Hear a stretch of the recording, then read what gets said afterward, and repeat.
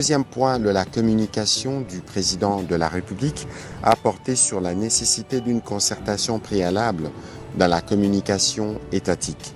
Le président de la République a tenu à rappeler avec gravité que la parole publique engage l'État dans ce qu'il a de plus essentiel, sa crédibilité, son autorité morale, sa capacité à rassembler la nation et à préserver durablement la cohésion nationale. À ce titre, toute expression émanant d'un responsable public doit être empreinte de retenue, des responsabilités et d'un sens aigu de l'intérêt supérieur de la République. À cet égard, il a suivi avec une attention particulière la récente sortie médiatique du porte-parole des Forces armées de la République démocratique du Congo, diffusée sur la chaîne nationale, au cours de laquelle des propos à caractère méprisant et stigmatisant ont été tenus à l'endroit des femmes de la communauté Tutsi. Le président de la République a déploré vivement cette dérive de langage qui ne reflète ni les valeurs républicaines, ni l'éthique de responsabilité, ni la hauteur de vue attendue de toute prise de parole officielle, a fortiori lorsqu'elle émane d'un membre d'une institution aussi sensible et stratégique que l'armée nationale.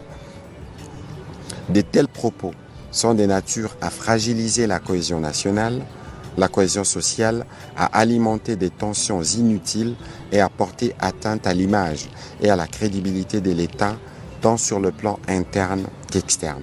Il a dit approuver par ailleurs les mesures prises en son endroit, tout en rappelant avec insistance que la parole de l'État ne saurait être improvisée, émotionnelle ou approximative.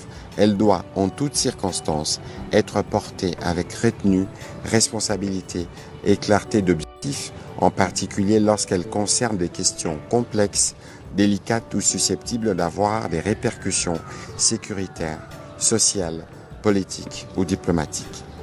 À ce titre, le président de la République en a appelé à l'ensemble des membres du gouvernement, aux responsables civils et militaires, ainsi qu'à tous les acteurs de la communication publique à éviter toute sortie médiatique incontrôlée, notamment sur les sujets sensibles touchant à la défense nationale, à la sécurité, à la cohésion sociale et aux relations institutionnelles.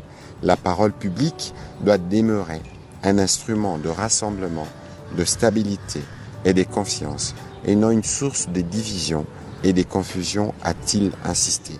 Il a encouragé par ailleurs chaque responsable appelé à s'exprimer publiquement au nom de l'État, à se documenter rigoureusement, à maîtriser pleinement les enjeux de dossiers abordés et à mesurer avec discernement la portée de ses propos afin de préserver l'unité nationale, la dignité des institutions et la confiance légitime des citoyens dans l'action publique.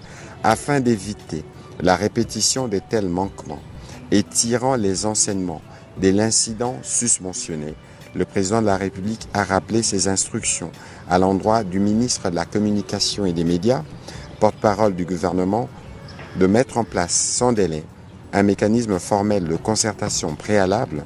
Celui-ci associera son conseil spécial en matière de communication, les services de communication de la primature, de l'état-major général de forces armées, ainsi que ceux de la police nationale congolaise pour toute sortie médiatique diffusée sur la chaîne nationale ou tout autre média, dès lors qu'elle porte sur des questions délicates engageant directement l'État.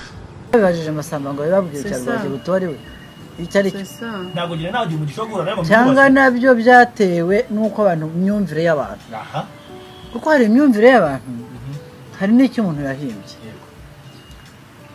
Rwagihuta simvuga ngo ndagira Rwagihuta nayumvise kera cyane ayumvise yarahimbwe n'umuntu w'Kinshasa rumva kera cyane cyokora umunyarwanda wo muri Rimzi niba ya rero uko babinsobanuriye mbikubwire n'amasamba sinzi niba zinaho bituruka mu by'ukuri ashobora kuba yarikundiye indirimbo akayisubiramo nabyo biriho bibaho rwose umuntu akikundira indirimbo akayisubiramo hanyuma abantu bakajya mubwira ngo icyo bisobanuraga ayo dato agasanga byaramurenze nyine maze yarenze inkombe umuntu yarambwiye ati Rwagihuta ngo ni koko kinini nk'ibyo kitaryana maze rero umuntu wabisobanuriye yavuze ko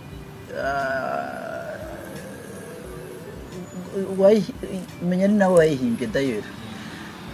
Hari umwana w'umukobwa w'iwabo w'umunyarwandakazi wageze muri Kongo aho ngaho nyine kubera uburushyi n'iki, hari ikigabo cy'ikinyekongo cy'igikapitene cy'ibifaranga kiramutwara kimugira umugore adashingiwe atagize gute, noneho abo basaza mbega yishyira nka musaza we.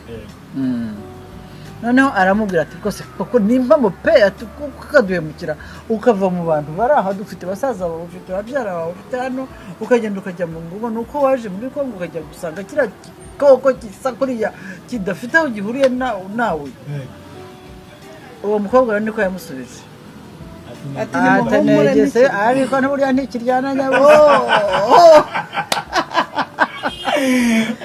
kiguba neza ati n'igisimba kibi cyane ntikiryana uzukire urugize ubwoba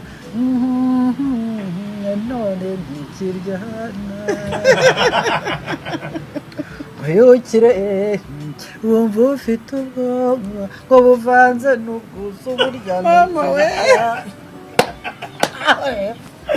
mbega igikoko cyiza gusa urumva atari igisobanuro cyiza.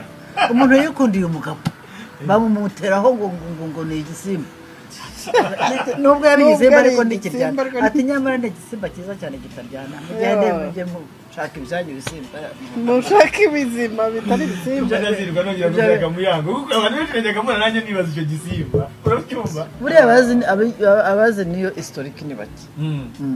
Nabibwiwe n'uwayihimbye ukuri rwose biza kurangira cyo gisimba cyiza ntikiryana. Ati iyo kirebye wumva ufite ubwo bari kugera n'ubwuzu. Nizere ko ntamubeshyera ariko ndumva ari we ari Timote niwe wayihimbye. Icyo gihe yabaga ikishaza dayeri yiturimbiraga turi muhire kwa murumuna wanjye nabaga ngiye kubasura. Namwe mukabyiyumvira. Iyi nkuru rero nashaka kubabwira ngo ekenga ibintu yavugaga ashobora kuba abizi neza kuko ibi bintu mu basirikare ba Kongo byabayeho cyane mu rwego rwo gucengera Kongo hakoreshejwe abakobwa beza.